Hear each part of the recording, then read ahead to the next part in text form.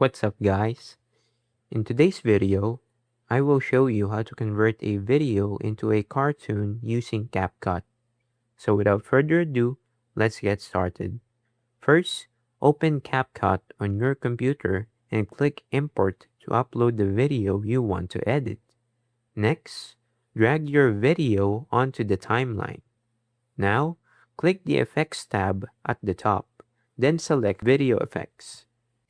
In the search bar, type cartoon to see the available cartoon effects. Choose the effect you like. If it hasn't been downloaded yet, click download, then apply it to your video. After that, use the panel on the right to adjust the effect settings until you're happy with the result. Preview your video to make sure everything looks good. Once you're satisfied, click Export in the top right corner and save your video cartoon. And that's it.